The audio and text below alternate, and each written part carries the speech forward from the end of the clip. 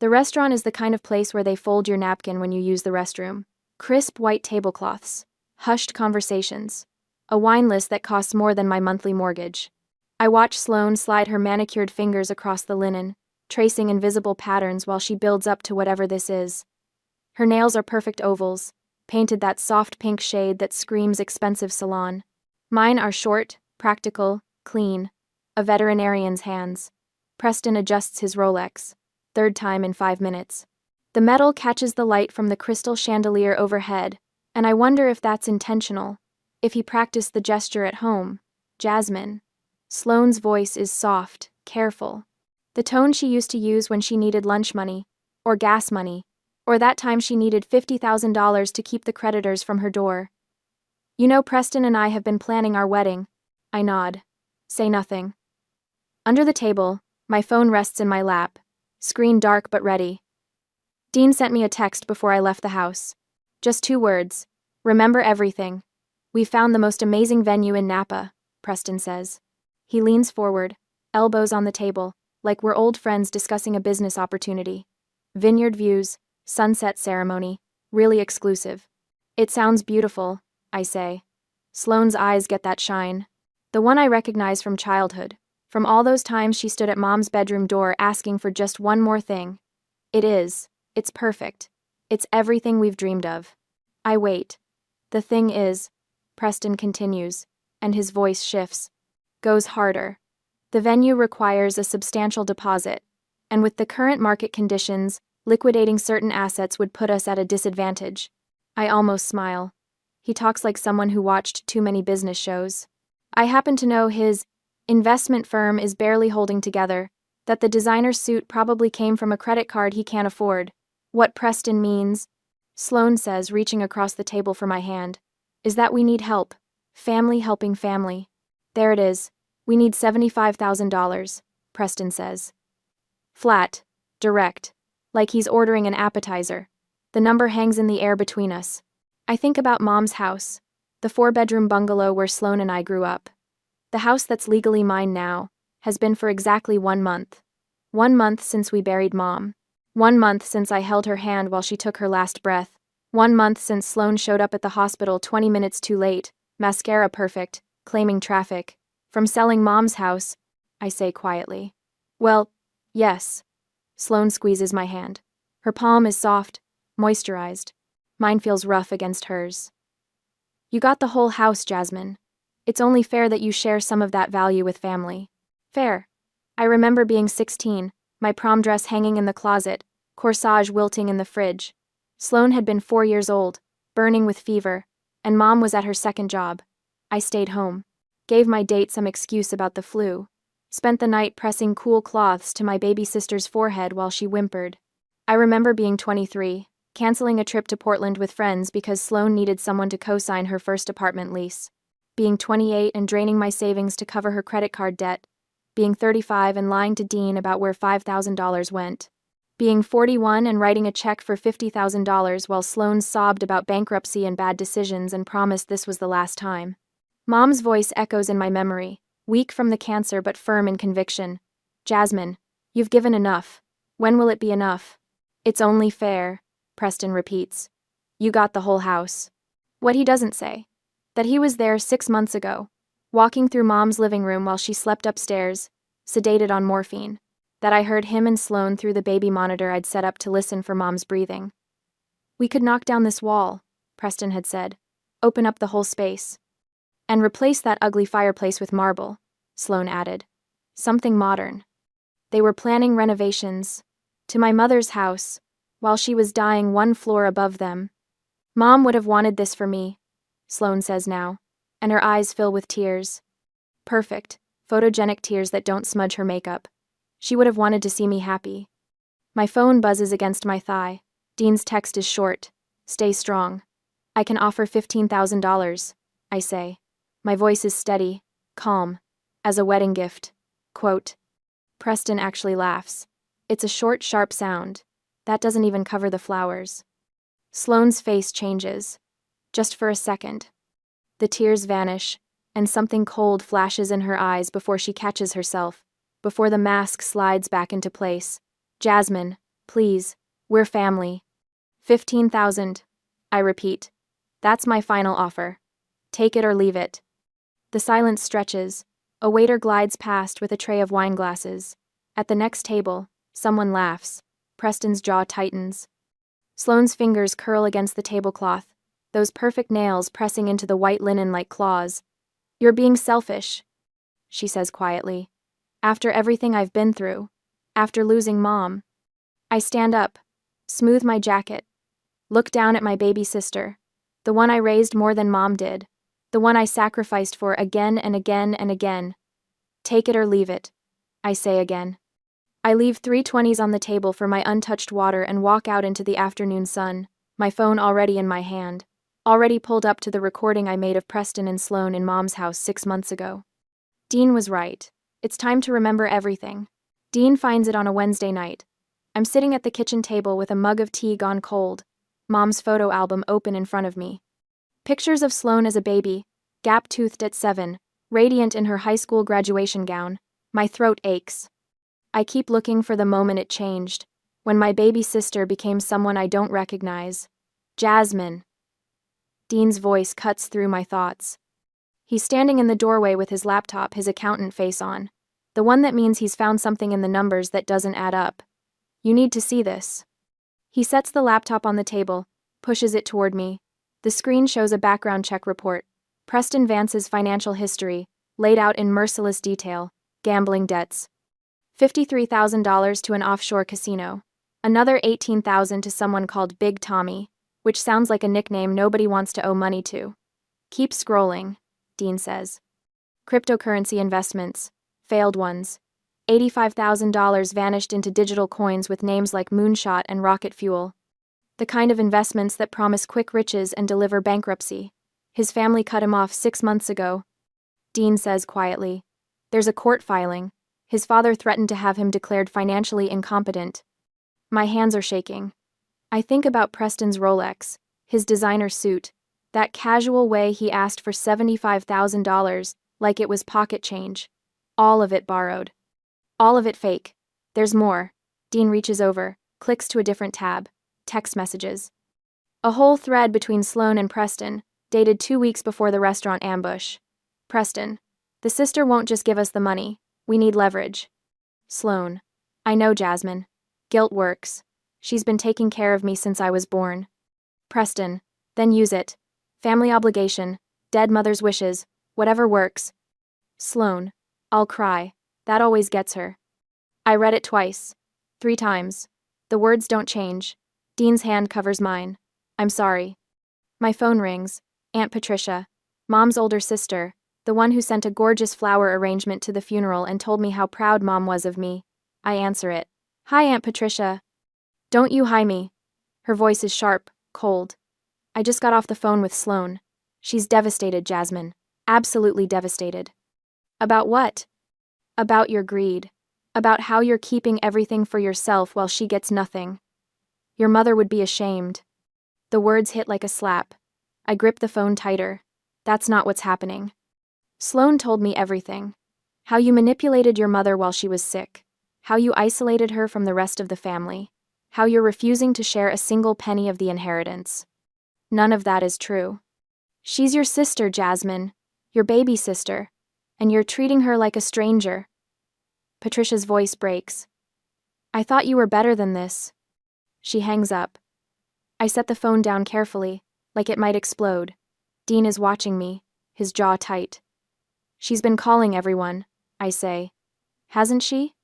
Probably. He pauses. Check your Facebook. I don't want to. I do it anyway. 3 cousins have unfriended me. The family group chat, the one that usually shares recipes and baby pictures, has gone quiet. No, not quiet. I scroll back. They're still talking. They're just not including me anymore. Someone named Jennifer Parker, a second cousin I barely know, has posted a vague status. It's sad when people show their true colors after a tragedy. Family should come first. 42 likes, 16 comments agreeing with her. My clinic's Facebook page has a new review. 1 star. Anonymous. Dr. Williams seems caring with animals but apparently steals from her own family. Makes you wonder what else she's capable of. Dean reads it over my shoulder, says a word I rarely hear from him. They're destroying me, I whisper. They're trying to. He closes the laptop. The question is what we do about it. I think about Mom's hospital room. Those last weeks when Sloane visited twice, stayed for maybe 20 minutes each time. When I slept in the chair next to Mom's bed, held her hand through the pain, read to her when she couldn't sleep. The hospice nurse, Rosa, kept detailed logs. I remember her kind eyes, her gentle hands. You're a good daughter, she'd told me. Your mother knows that. We document everything, I say slowly. Everything they're doing, everything they've said. Dean nods. I already started. The text messages, the restaurant meeting, Preston's financial history. I've got it all backed up in 3 places. My phone buzzes. A voicemail from the family lawyer, Janet Morrison. I put it on speaker. Jasmine, this is Janet. I received a very interesting letter today from an attorney representing your sister. Sloane is threatening to contest the will. I want you to know this is completely baseless. The will is ironclad, and your mother was of completely sound mind when she made it. I've seen this kind of thing before. It's a pressure tactic. Don't let it work. Call me tomorrow and we'll discuss next steps. The voicemail ends. They're going to drag this out, I say. Make it as painful as possible. Let them try. Dean's voice is hard. We've got the truth on our side. I drive to the cemetery the next morning. Mom's grave still looks raw, the grass not fully grown over the dirt.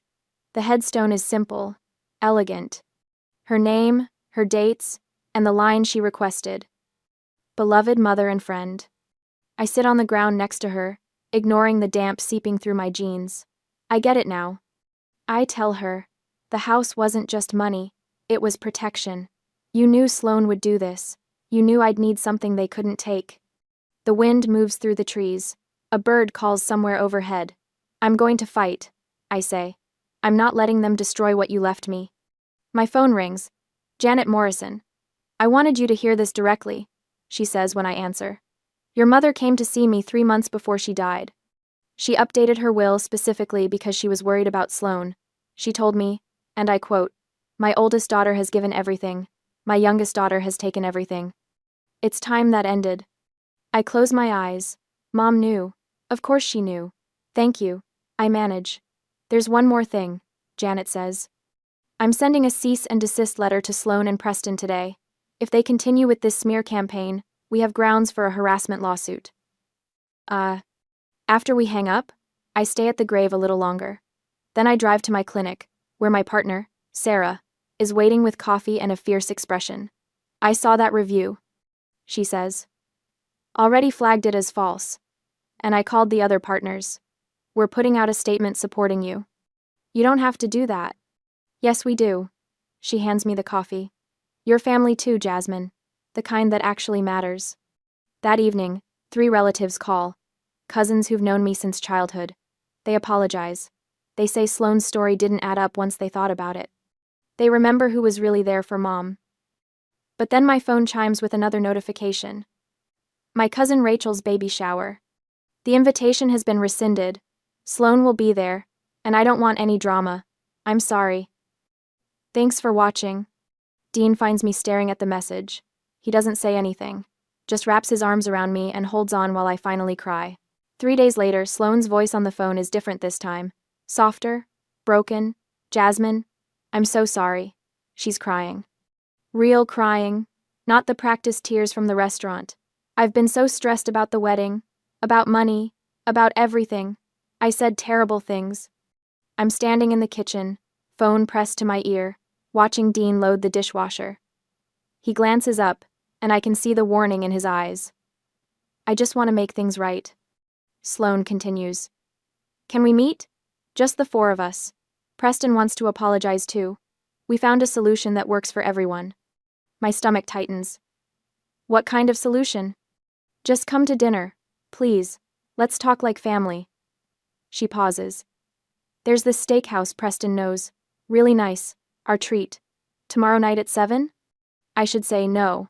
Every instinct I have is screaming danger. But then she says it. The words that always work. Mom would want us to at least try, wouldn't she? After I hang up, Dean sets down the plate he's holding. You're not actually considering this. She sounded genuine. She sounded desperate. He dries his hands on a towel. This is a trap, Jasmine. You don't know that. Yes, I do. He pulls out his phone, types something. What's the name of the steakhouse? I tell him. Watch him scroll through whatever he's reading. One party consent state, he says. The steakhouse is across the county line. So? So we bring insurance. He meets my eyes. A phone, set to record, just in case. The idea makes my chest tight. That feels wrong. You know what else feels wrong? Your sister trying to steal your inheritance. He sets his phone on the counter. We're not going to share it unless we need to. But if this goes the way I think it will, we'll be glad we have it. I spend the next day practicing. Standing in front of the bathroom mirror, watching my face stay calm while Dean throws impossible scenarios at me. Sign this, he says, waving a piece of paper. No, I say. My voice doesn't shake. Your mother would be ashamed of you. Maybe. I keep my breathing steady. But she left me the house for a reason. You're tearing this family apart. I'm protecting what she wanted me to have. By the time we pull into the steakhouse parking lot the next evening, I've got a folder in my bag. Copies of the will, the recording from Mom's house, affidavits from her doctor, her hospice nurse, her best friend. Everything that proves Sloane barely showed up during those final months. The restaurant is all dark wood and leather booths. Expensive. The kind of place where even the bread basket costs more than a regular dinner. I spot them immediately. Not Sloane and Preston at the table. Two men in suits at the bar, watching us walk in. Their posture is too alert, too focused. They're not here for steak. Lawyers, Dean murmurs. His hand finds the small of my back. Sloane waves from a corner booth, her smile bright and perfect. Preston stands as we approach, his Rolex catching the dim lighting. Again. You came! Sloane pulls me into a hug. She smells like expensive perfume. I'm so glad. The appetizers arrive fast. Too fast. Like they were already ordered. Calamari, shrimp cocktail. Things I didn't choose. We really are sorry about how things went last time, Preston says. He's cut his steak into precise pieces. Hasn't eaten any of it. Emotions were running high. We've been thinking, Sloane adds.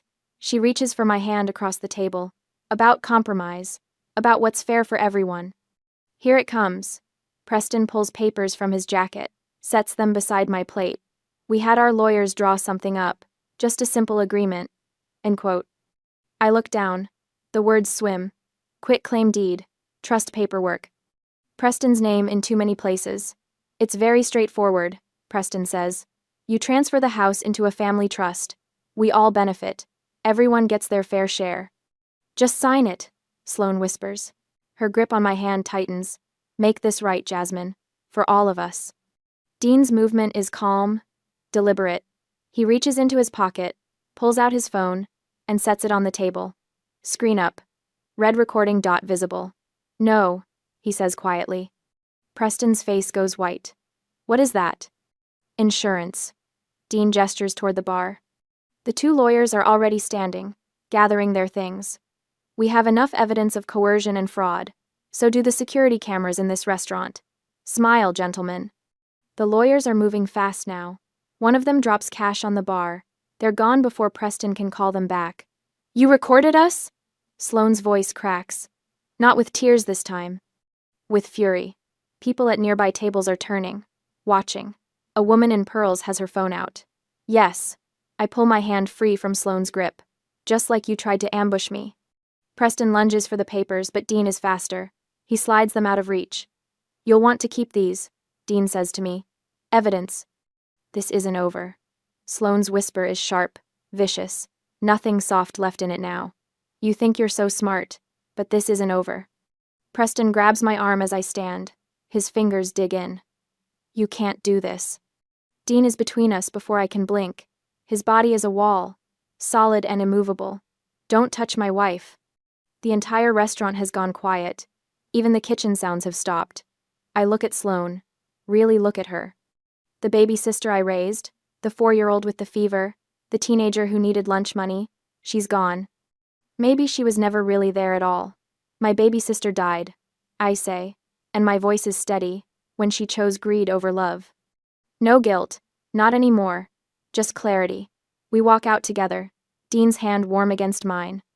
Behind us, I hear Sloane's voice rising, Preston's desperate explanations to the manager, the murmur of other diners pulling out their phones. The night air is cool, clean. I can breathe again. You did good, Dean says. The phone in his pocket has everything.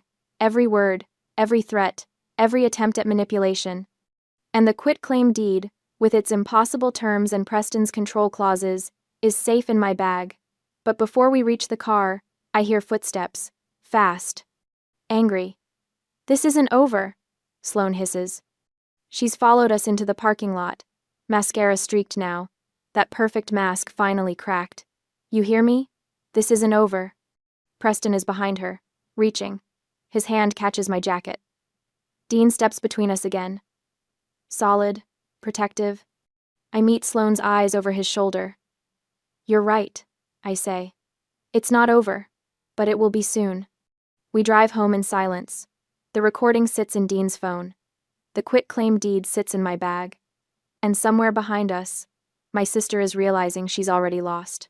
Later that night, the state bar complaint form sits on my kitchen table, crisp white paper covered in my careful handwriting. I've filled out dozens of medical forms in my career, but this one feels different. Each line I write is a small act of war. Dean leans over my shoulder, reading as I type the final details into the online portal.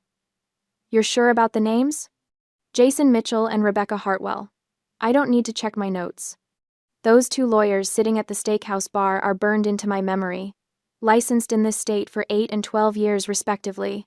Both should know better than to participate in documented coercion. The cursor hovers over the submit button. My finger hesitates. What Mom would want doesn't matter anymore, Dean says quietly.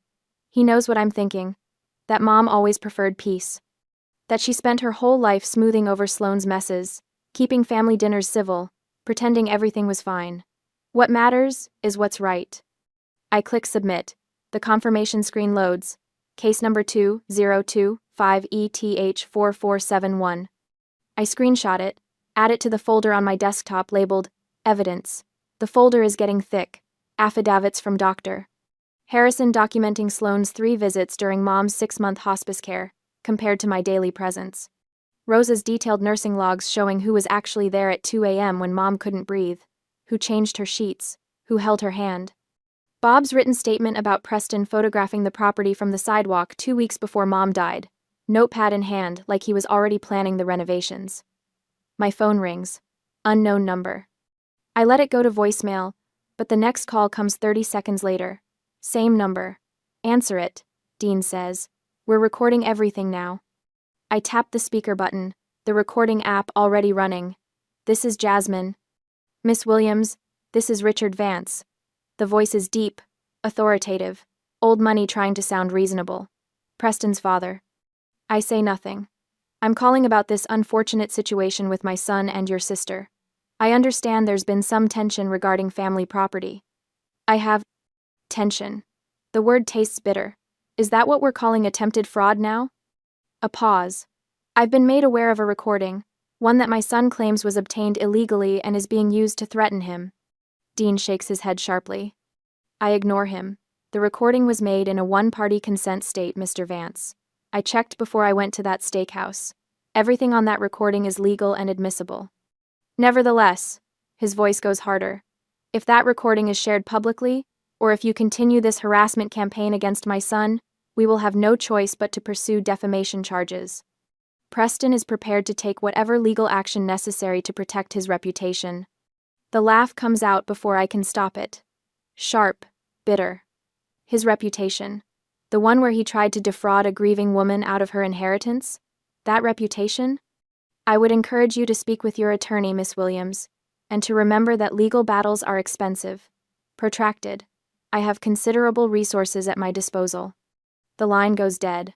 I stare at my phone. My hands are steady, but something cold has settled in my chest.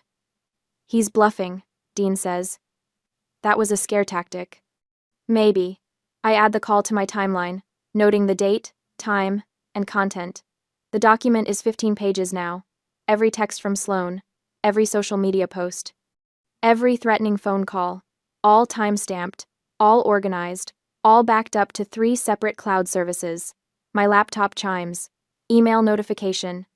I almost ignore it, but the subject line catches my eye. Thinking of you. It's from someone named Jennifer Walsh. I don't know any Jennifer Walsh. I open it anyway. The message is short, sweet, sympathetic. I saw Sloane's post about missing her sister and I just wanted to reach out. I can't imagine how hard it must be to lose your mother and then have family conflict on top of that grief. Sloane showed me some old photos of you two together. She seems like such a loving person. I hope you can find it in your heart to forgive whatever misunderstanding has come between you. Family is so important. I scroll down. The signature includes a link to her Instagram account. Dean is already pulling it up on his phone. 147 comments on that post Sloane made yesterday. The one with the childhood photos. I don't need to look. I know which photos she used. The 2 of us at the beach. Me helping her learn to ride a bike. Christmas morning when she was 8 and I was 20. Me in my college sweatshirt. Her in matching pajamas that I'd bought with my grocery store paycheck. Missing my sister who abandoned me. Dean reads. Who got everything and left me with nothing but memories. Mom loved us both, but Jasmine only loves herself now. The comments are worse. Strangers calling me selfish, greedy, a bad sister, a disgrace. I close the laptop. We don't respond, I say. My voice sounds far away. Not publicly. Agreed. Dean's already typing on his phone. But I'm sending the screenshots to our lawyer, and to your cousin Marie. She's been asking questions. The rest of the afternoon blurs. Dean's IT friend, someone named Marcus who works in digital forensics, stops by to image my hard drive. Preserve everything, he says, his equipment humming on my kitchen table. Texts, emails, social media interactions. If this goes to court, you want a clean chain of custody. My phone buzzes. Aunt Patricia. I don't answer. The voicemail notification appears 30 seconds later. Jasmine, I just want to understand. Patricia's voice is thick, like she's been crying. Sloane showed me messages where you threatened to ruin her wedding. Where you said terrible things about Preston. She's devastated. Absolutely devastated. I know you're grieving, honey, but this isn't like you. Call me, please. Let's talk about this before it gets any worse. I save the voicemail, add it to the evidence folder. She's lying about the messages, I tell Dean. I never threatened anything. I know. He's typing furiously on his laptop now, cross-referencing dates. Which means Sloane either fabricated them or took real messages completely out of context. Either way, it's more evidence of her pattern of deception. Evening comes. I'm at my desk, drafting emails to my cousins. Not defensive, not angry, just facts. Dates of Mom's hospice care, documentation of who was present. Copies of the will, properly redacted. The truth, laid out simply and clearly for anyone willing to look. I don't send them yet.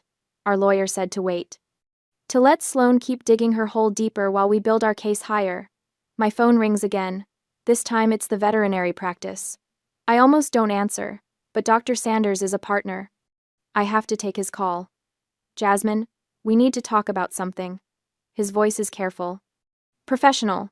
We received a complaint through the state board, anonymous, claiming you've been distracted at work, that you made a medication error that endangered a patient. My stomach drops. That's not true. I know. His voice softens slightly. I checked. All your charts are perfect. Every medication is documented and correct, but the board has to investigate anyway. It's procedure. How long? 2 weeks. Maybe 3. It won't impact your work here. We all know it's baseless, but I needed to let you know. 2? After he hangs up, I sit very still. They went after my practice, my profession, the one thing I've built that has nothing to do with family or inheritance or Mom's house. Dean finds me there 20 minutes later, still staring at my phone. They're getting desperate, he says. I nod. Can't speak yet. That's good, he continues. Desperate people make mistakes, and we're documenting every single one. The engagement party invitation is still on my refrigerator. Country club, black tie optional.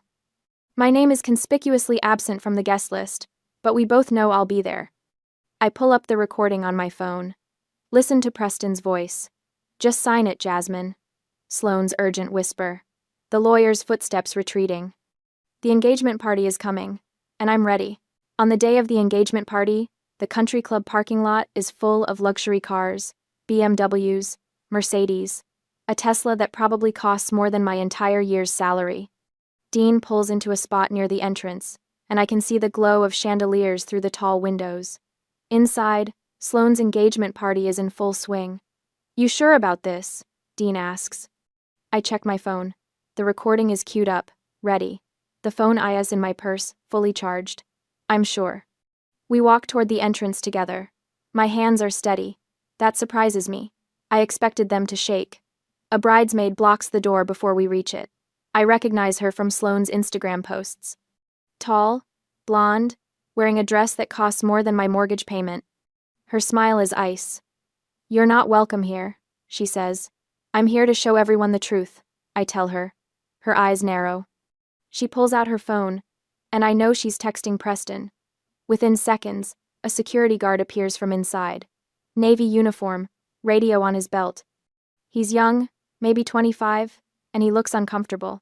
Ma'am, I'm going to have to ask you to leave, he says. Then the country club manager arrives. Older, silver-haired, wearing a suit that screams authority. This is a private event. If you don't leave immediately, we'll call the police for trespassing. Dean's hand finds mine, squeezes once. Then he looks at the manager with that calm accountant face of his.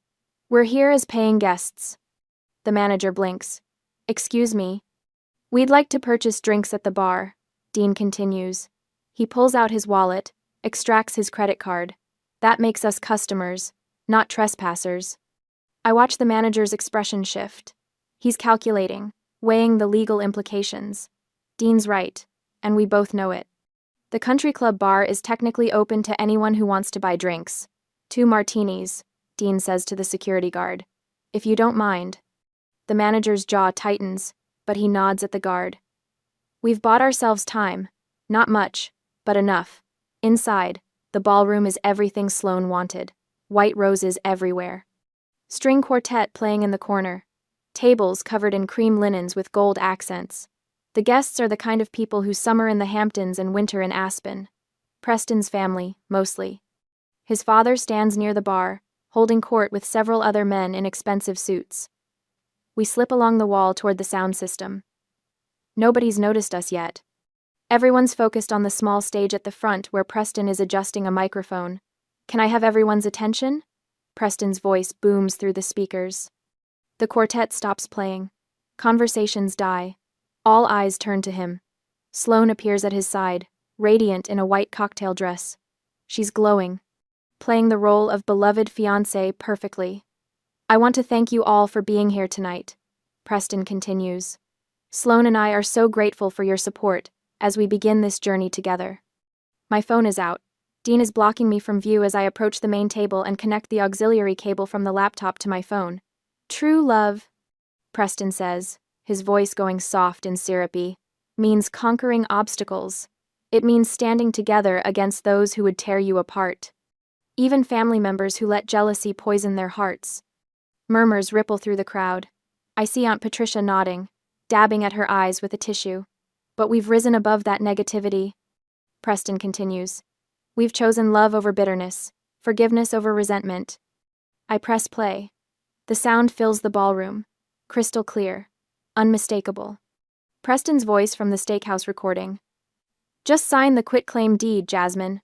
We can have this done in 5 minutes. Sloane's voice, urgent and sharp. Just sign it, Jasmine. The sound of papers rustling. My own voice, calm and measured. You brought lawyers to ambush me. Preston's recorded response. We're offering you a fair deal for your signature. I watch the color drain from Preston's face on the stage. Sloane's mouth opens, but no sound comes out. The recording continues. The lawyers' voices are clear. The coercion is undeniable.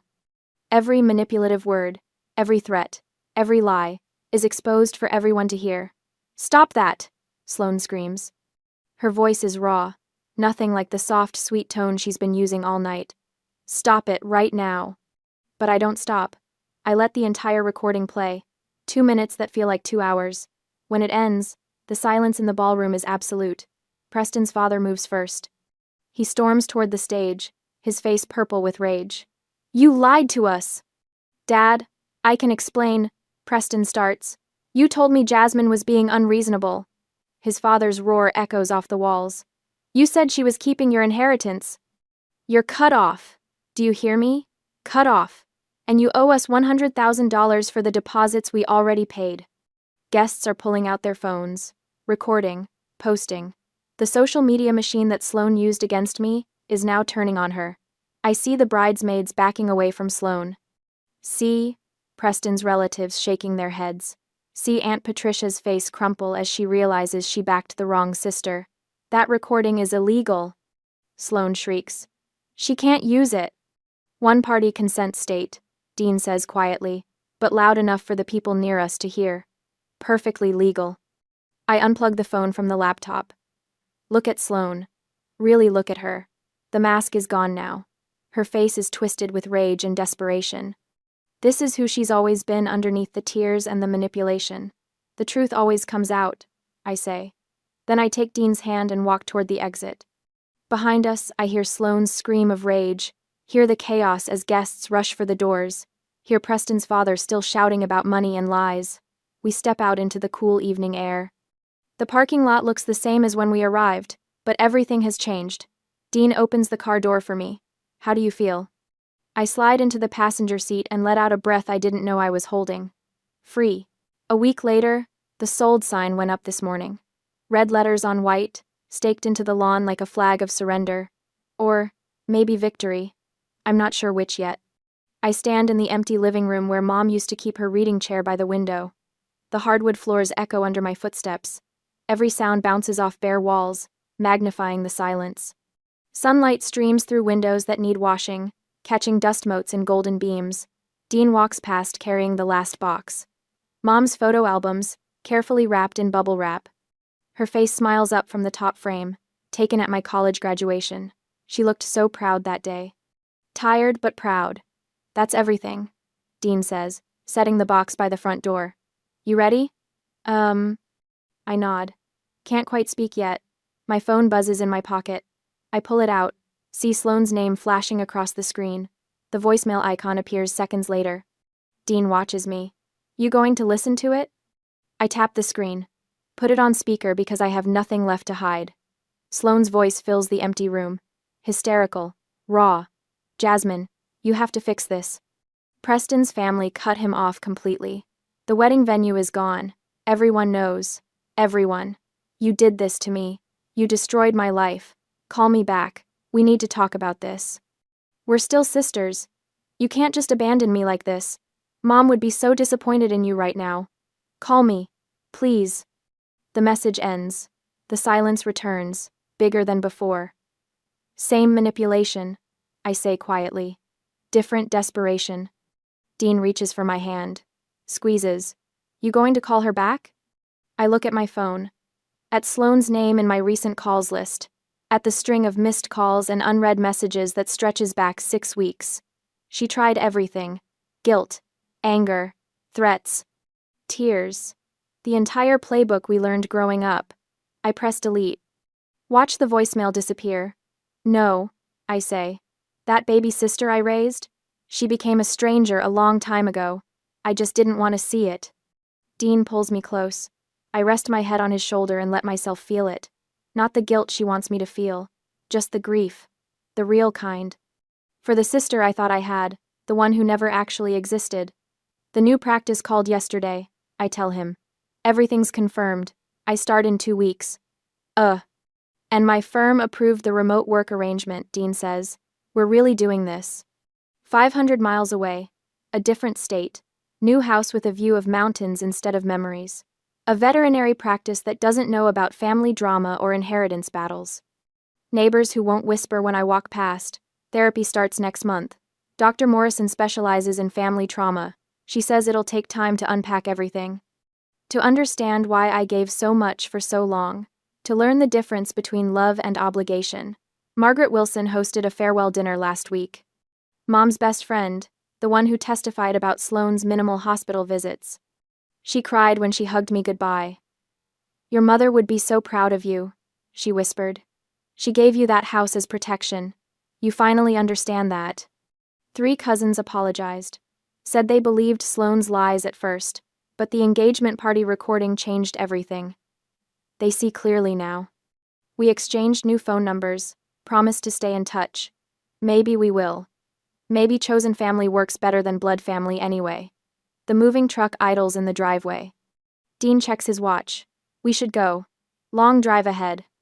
I take one last look around. This room where Mom taught me to braid hair. That corner where Sloane and I built pillow forts. The kitchen, where I made dinner every night while Mom worked double shifts. Good memories. Bad memories. All of them mine to carry or leave behind. My phone buzzes again. Sloane's number. I don't hesitate this time. Block contact. Delete thread. Gone. Dean holds the door open. Sunlight spills across the threshold, warm and bright. I step outside. Lock the door. Drop the key in the realtor's lockbox. We drive toward the sunrise. Windows down. Radio playing something upbeat. Dean's hand warm in mine. That night, in our new house with boxes still unpacked, I pull out my journal. Write by lamplight while Dean assembles furniture in the next room. Love isn't measured in dollars or sacrifices. Mom knew that. She gave me the house not as an inheritance but as a test. I finally passed. Some called me selfish. I call it survival. True love requires firm boundaries against those who would exploit it. I close the journal. Walk to the window. Mountains rise in the distance, purple against the darkening sky. No painful memories here, just possibility. Dean appears beside me. Wraps his arms around my waist. Happy? I lean back against him. Feel the weight of guilt finally lifting. Getting there, I say.